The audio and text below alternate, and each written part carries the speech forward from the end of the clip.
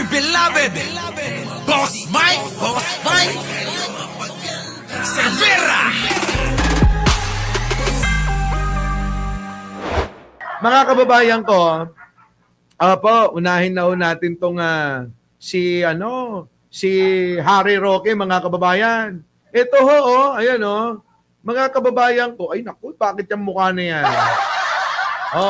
Nakita nyo mga kababayan ko? Nakita nyo ba? Ayan naka na ho siya. Yung bang stroller ba tawag dyan? Yung yung may gabay na ho siya. Yung may gabay na ho. Kasi mga kababayan, mukhang hindi niya na ho kayang tumayo. Opo. Walker yan. Walker ba yan? Hindi ba andador? Andador sa Tagalog, Hindi ba andador ang tawag dyan sa, sa Tagalog? Andador. Walker. Ayan ba yung walker? Talaga. Wala na, Oo, wala na. Itong si Andador. Tama. Doon na lang tayo sa Andador. Tungkod. Ayan, mga... Hindi, Yan, para bang, yung may upuan. Oo, may upuan. Ito na, Yan, Grabe naman, Roque. Ano nangyari sa iyo? Kita nyo, mga kababayan, meron po siyang gabay ba? Ano ba? Walker. Basta hawak-hawak.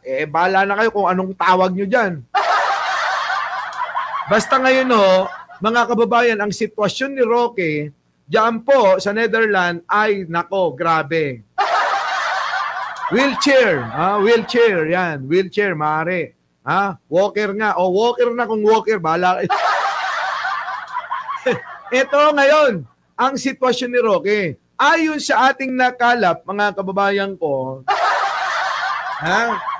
ayon sa ating nakalap, hindi daw matanggap netong si Harry Roque na kahapon po, mga kababayan, ay wala hong tao na lumabas sa EDSA.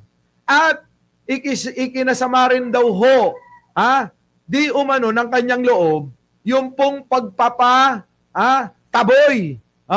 Pagtataboy ng INC sa mga DDS. Grabe mga kababayan ko, sumama daw ho yung loob. At sa sobrang sama ng loob, tumaas yung dugo. Kulang na lang daw po magngisay-ngisay ito habang meron po silang isinasagawa na pagtitipon. Ang nangyari po, mga kababayan, pinabura yung mga pangyayari para hindi ho makita yung pagkakabulagta. Totoo ba yun? Kasi yun ho yung kausap ko yung isang DDS, mga kababayan. Grabe, nakakaawa na si Roque. Roque, umuwi ka na. Uwi ka na kasi. Hindi ako nagnakaw.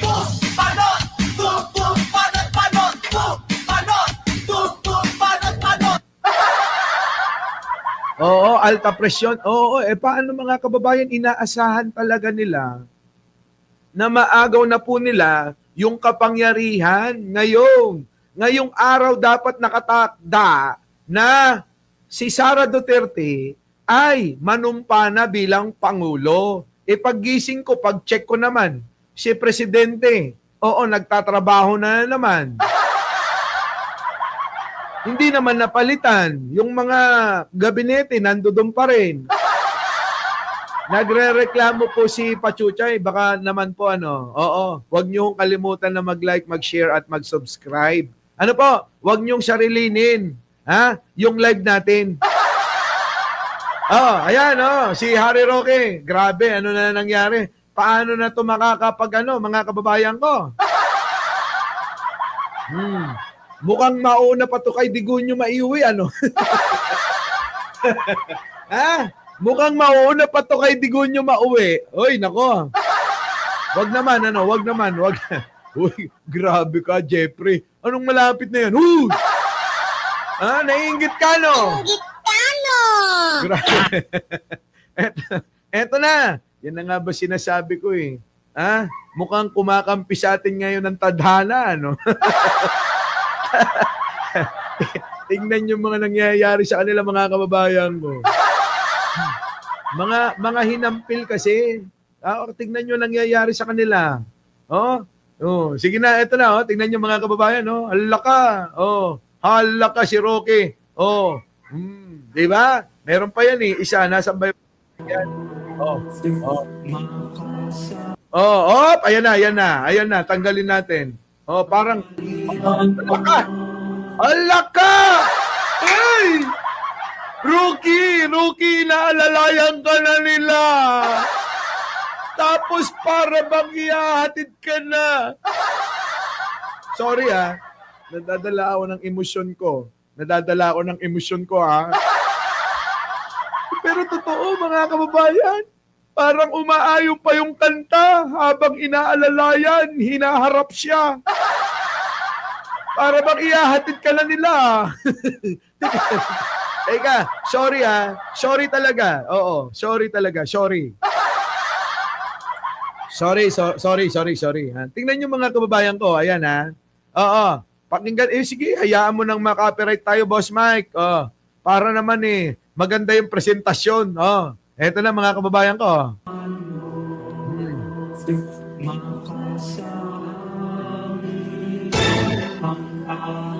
Ayan na! Hala ka! Inaalalayan agkukutalan. Wala na mga kababayan ko si Roque. Mukhang eto mga kababayan nikakarma na Hari Roque, nikakarma ka na ba? Kasi ikaw ang kulit-kulit mo Sabi namin tumigil ka na Masyado mo namang in-enjoy kasi ang pagiging Pogo Queen nasarapan ka doon sa sino pa yon? Mika Karma na Hala ka. Eto na, ipakita daw natin po. Ayan na nga ayan na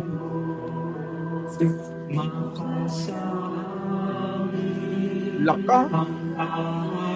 Hala ka.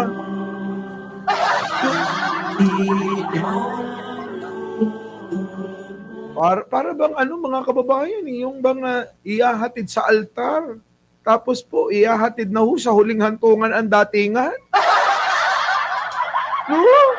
Grabe naaawa ako sa kanya.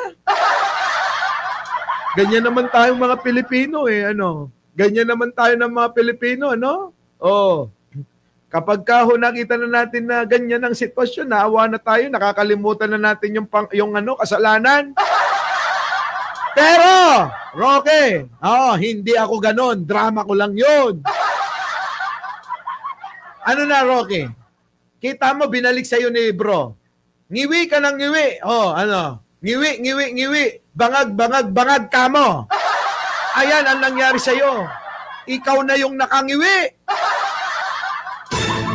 Diba? Ikaw na yung nakangiwi ngayon, Roque. Yan. Ano na? Wala na, Roque. Ang ginawa mo, yung nirerespeto ng mga Pilipino. Siniraan mo na siniraan. Winalangya mo, binastos mo. Ano sabi mo noon? Bangag. Ngiwi. Butod. Yan, kita mo, sa'yo nangyari. Diba? Sa'yo nangyari. Diba? Paano na ngayon? Ganyan ang sitwasyon mo. Sige, patuloy natin. Baka biglang sumayaw ito Diba? Baka biglang sumayaw ito.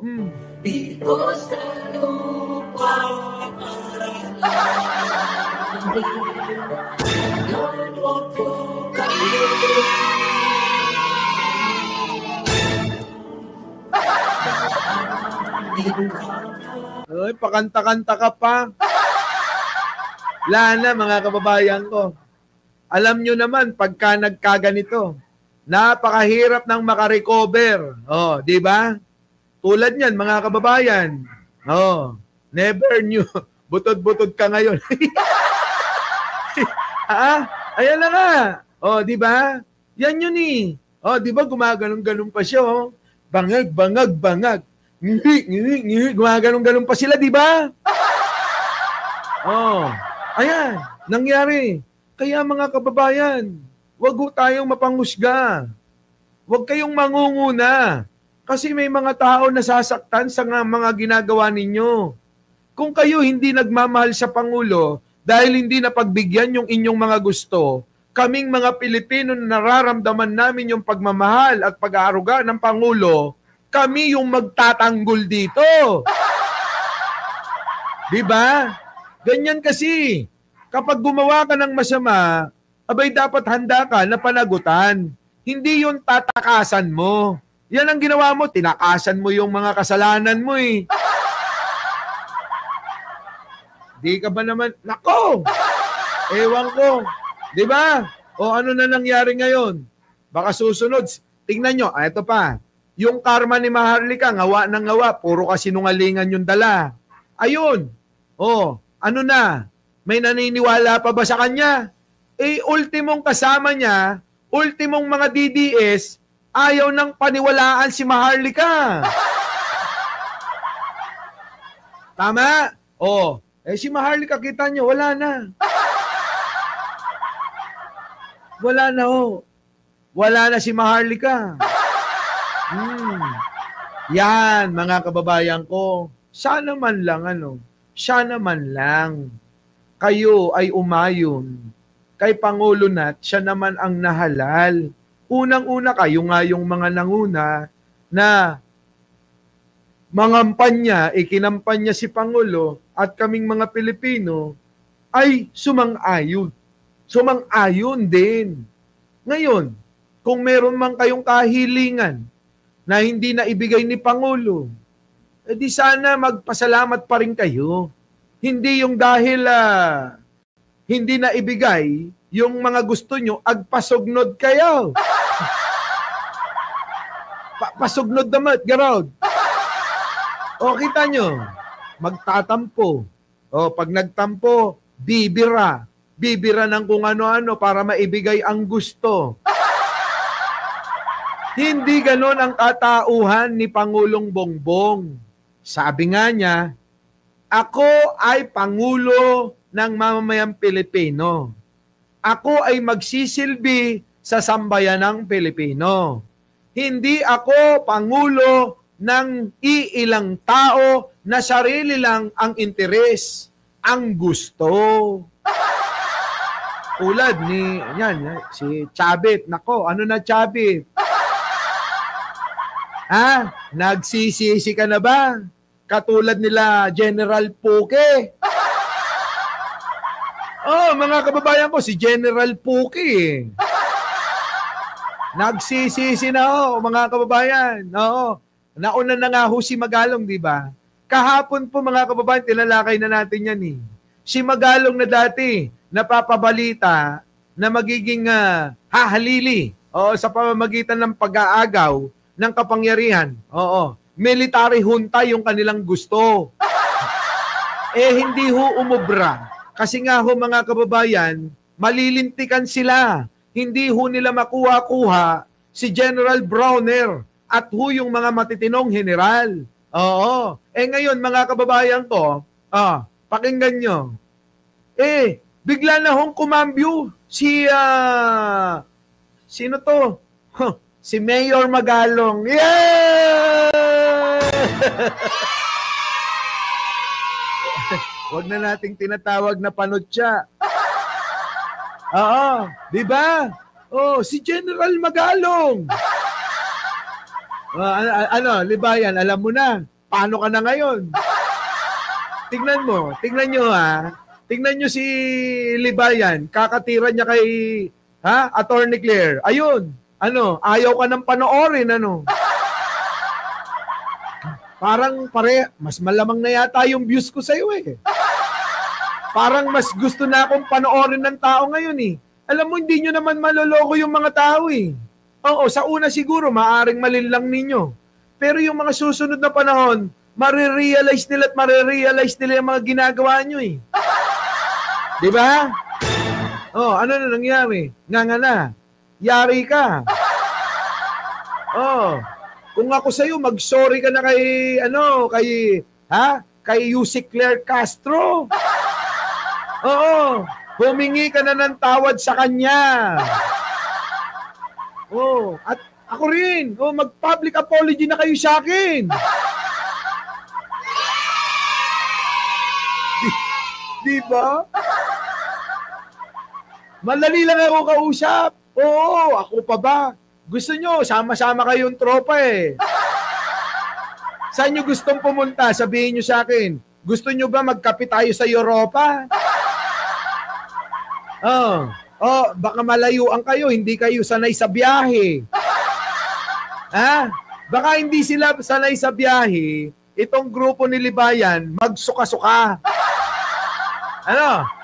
Lapit-lapitan na lang natin. Gusto nyo ba sa Japan? Tawagan nyo lang ako. Di ba? Tawagan nyo lang ako. Napaka-ano ko lang eh. Alam nyo. Napaka-ano ba tawag dyan eh. Madali lang ako suyuin ba?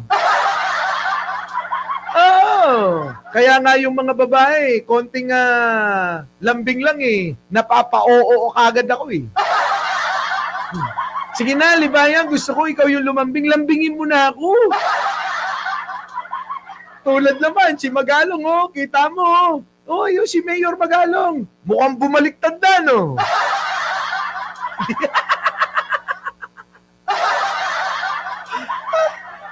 Ano kaya mga kababayan? Paano kaya, marupok? Tama, Marian Tomas. Marupok ako. Oo. Nako, maniwala kayo. Dali na. Biruin mo. Kung nagtuloy-tuloy yung pagiging tropa natin, di ba? Kung hindi nyo ako banat-banatan ng mga aso, di ba? Di sana magtotropa pa rin tayo. Kahit magkakaiba tayo ng pananaw. Tignan mo yung mga DDS, tropa ko pa rin. Nag-I love you pa nga sila. Ganon. Mas okay akong katropa kaysa kaasaran nyo. Kung asaran lang, di naman kayo mananalo sa akin eh. Oo, sa totoo lang. Kung ang pang-aasar nyo, 1 sako, meron akong reserba, 10 sako. Oo. Diba? Hindi mananalo to. Kaya, tropahin nyo na lang ako. Sa bagay, tinropa na nga ako, mga kababayan eh. Tapos bigla na lang akong binanatan ng walang pasabi eh. Diba? Tulad niyan, ulitin ko. Si Magalong, si Mayor Benji Magalong, mukhang bumabaliktad na. Ipakita nga natin. Yan nyo na si Roque. Magpagaling ka, Roque, ha? Hari Roque! Dalangin namin dito na sana'y gumaling ka pa. Ha? Sana, dalangin po namin 10 ng mga nanonood dito. Kasama po sila Karoba, sila Mighty Manong, sila Mergen de Vera, lahat po, sila Jojo Chavez, Pink M.A., Alicia Duran, Pachuchay, Leonora Brown. Ang dalangin namin, yan na, si SKL Vlog. Hoy, mag-vlog ka na, SKL Vlog. Walang niya ka. Dalangin po namin na sana'y gumaling pa po sana kayo. Sana'y malagpasan nyo po ang pagsubok sa inyong kalusugan at sa mga problemang dumagok sa inyo. At aming payo, hindi po namin nanaisin ang maraming kayamanan, maraming pera, kung ganyan naman sa inyo ni Saldico ang aming magiging buhay. Tama, no? Kung ganito lang ang magiging buhay natin kay Saldico tsaka kay Harry Roque, inyo na ho yung bilyon-bilyon. Inyo na yung mga eroplano, helicopter, mansyon, magagarang kotse, sports car. Inyo na lahat yan. Diba, SKL, masaya na ho kami kumakain sama-sama sa aming munting payak na hapagkainan. Meron lang kaming nilagang okra, nilagang talong, nilagang ampalaya, nilagang talbos ng kamote, at sausawan na sibuyas kamatis na meron pong bagoong isda. Happy na kami ron. Di ba? Oh. Nanaisin nyo pa ba yung nagkakape sa Europa, nagkakape sa Spain, nanananghalian sa Amerika, naghahapunan sa may Japan? Wala yun, mga kababayan. Mas masarap pa rin yung ating nakagawian. Hindi yun matutumbasan. At yung mga ngiti ng buong pamilya habang sabay-sabay kumakain, aba mga kababayan, yan po ang mga kinaiinggitan ng mga mayayamang magnanakaw. Ngayon, kita nyo sa tanda nila, matanda na si Saldico, matanda na si Harry Roque. Oh, tignan nyo mga kababayan ko, sa palagay nyo masaya yan? Na ikaw ngayon ay hindi mo alam kung saan mo itatago yung iyong sarili. Hindi mo alam kung saan ka matutulog para ikaw ay safe dahil nag-aalala ka lagi sa buhay mo. Diba? Hindi mo kasama yung pamilya mo habang ikay kumakain. Kahit gaano pa kasarap ang iyong nasa harapang pagkain, maniwala kayo, walang sarap yang mga yan. Kaya mapalad tayong mga kababayan, tayong mga simple lang, tayong mga madaling makontento, tayong mga hindi kumukuha ng hindi atin, Hindi katulad nila, ganyan. Our beloved Boss Mike Cervera.